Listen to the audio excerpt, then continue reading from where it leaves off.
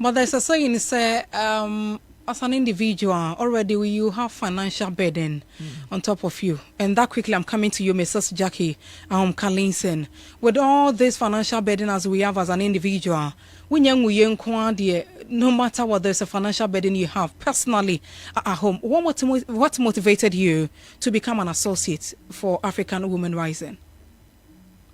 I think it's, there's a saying that if you educate a woman, you're basically empowering a whole community. Sure.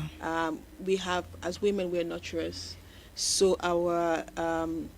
influence goes a long way. So the more that you support women, and as we rise individually, we also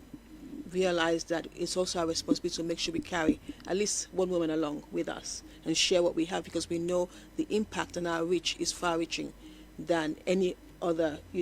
member of our society. I think that's the reason why, as you do things and you go around, going about your everyday business, you realize that you're not just here for yourself. You're here to leave a legacy. Yeah. And your legacy is if every woman can pull just one woman or one girl child along with them, it will make a big difference and it'll be far-reaching. So I think that's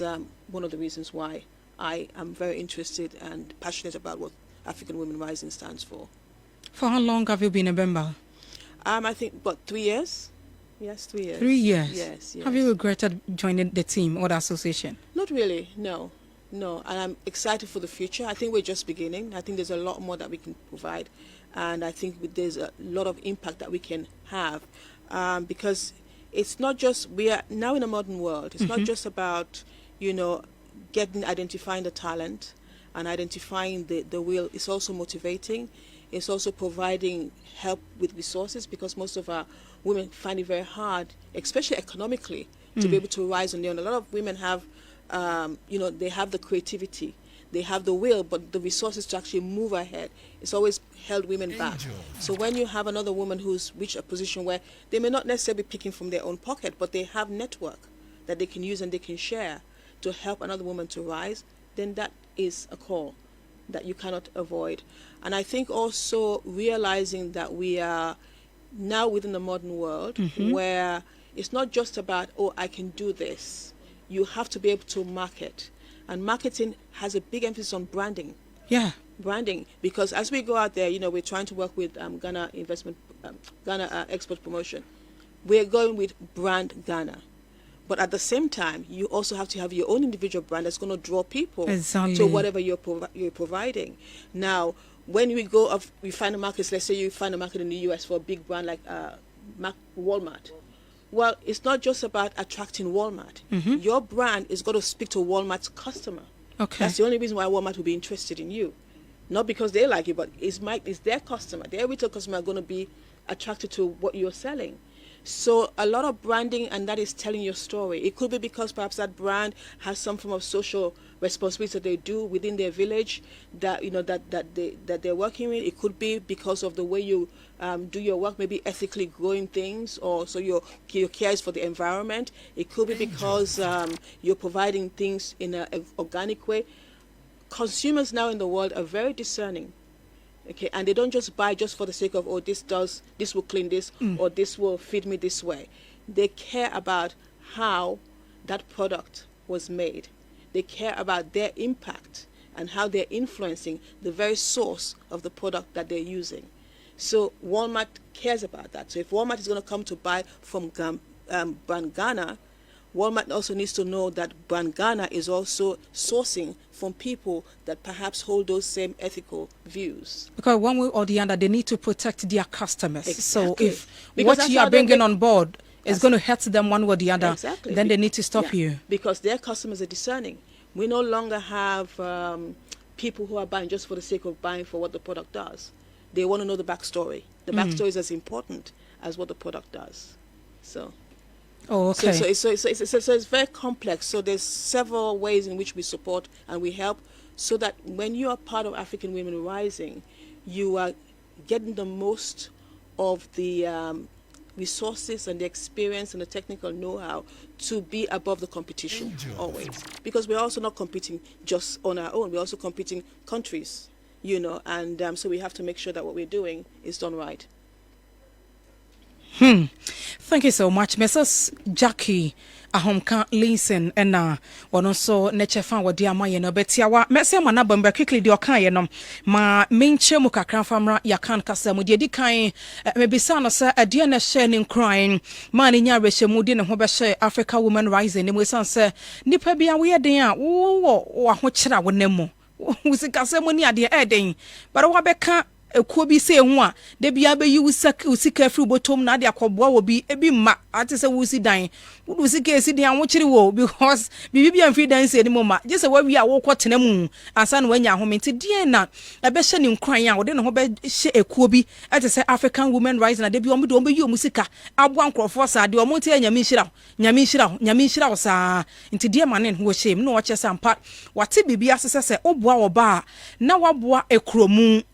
Oboa oba baako a waboa kromu oboa oba mienu ne miensa na kyese omaimu ne nyina na woboa san se oba yam na nipadom ne nyina afide bae nti ono wo abadaye se de wode beboa no ebekọ afoforo bi nsoso nkyɛn ama mfaso etumi abaso because wo bisa ne se ene na ne san ho de asan na osi hu wo mu dwuma no ene wo kyesa mpa obewuram nani aka onu ne ho da because wo hu ne se akwaniesa bia so kakra ye de adua wono ni mu no afoforo bi nya so mfaso nti otisi abonte na eboa ema otimi cheche nipa kwan a nipa no dwumadie no onfa so ni no woni ne yie na wonton na animonyam emrem enye Ghana nkwankrofo ama so nyina ti se nipa no nya animonyam onkrofo ama so a ede animonyam hye ebre wo mo ma wo mo na account apam ho a omo ye African Women Rising no eboa so so ma afoforo bi e won nche ne hunu se ampa se oboa oba amfa so wo so na ahye wo mo nkran na omo so etimi de wo mo ahye mu bi ama no ayeyi oyemfanto ho a kire se kwan a obetimi aye ne dwumadi a wodi no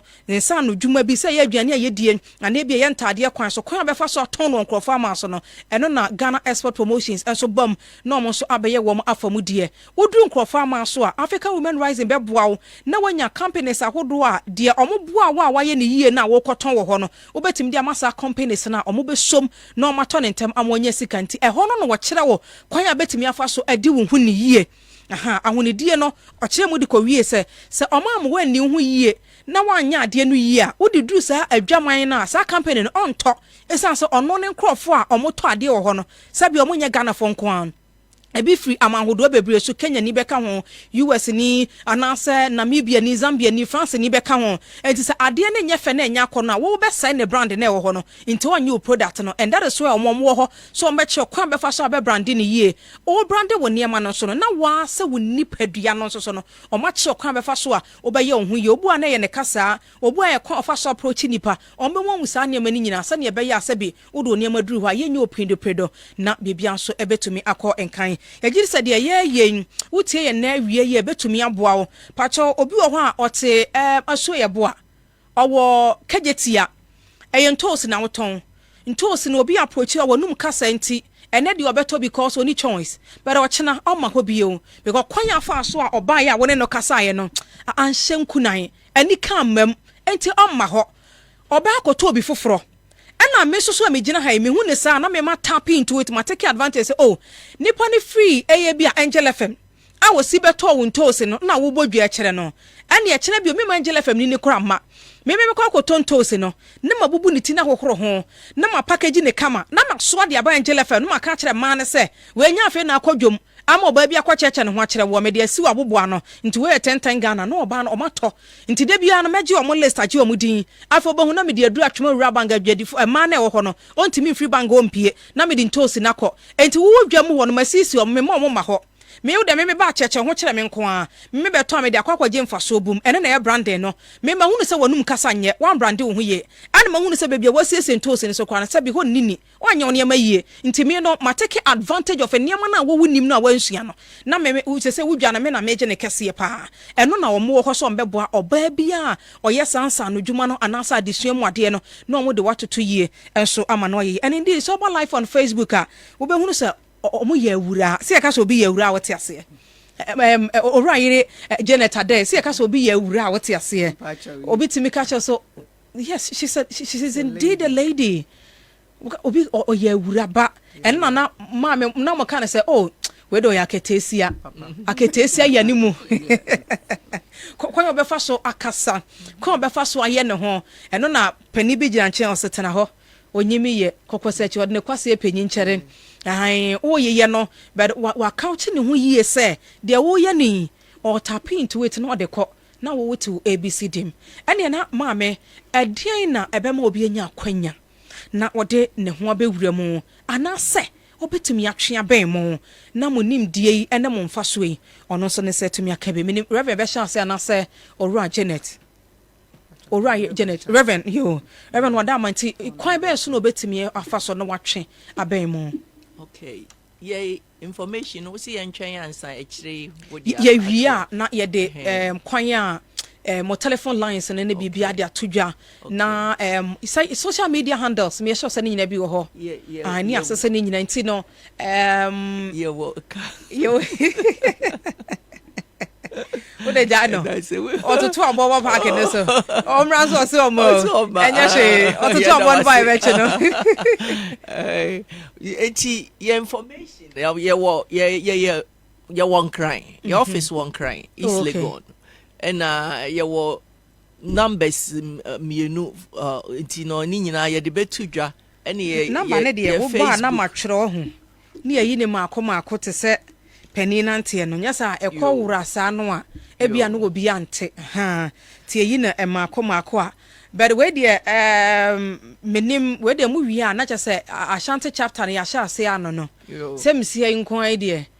ikuma se de no ya sha ase ano no ora ye Janet ada ono menya adwen ya sha ase ano no nti na Thursday no ye ni abre den ye kwa around ye je nkrofo business cards ema yenso ye de ama said the beya betimi contact wo later on to start that chapter here. Oh, okay. Oh, ya sha se anu we de owa ha nyameti ase wo be boa ye nti men kind number wada makan dodo nti office number na ye is 020 226 okay 8900 baako no and baako so ye 024 531 okay 1145 sebe ya mesi obi a me de baako so ka ho 050 332 4293 inti number si mi ansan nyina ana say omukọ Facebook ye Africa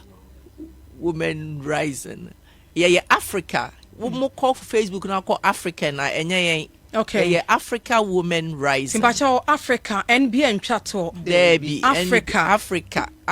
high we man kosro ye grow up we say ye kosro so enti ye de na sekire no enti mo cohort mo so aye wo Instagram so and say Africa Women Rising hey mommy so na ye Instagram ne ye say Africa Women Rising niti once Africa Women Rising and ye what Instagram or Facebook and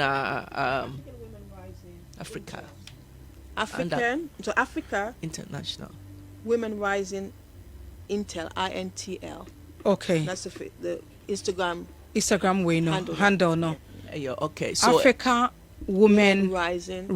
Intel yeah. okay okay yeah that's it nyamisha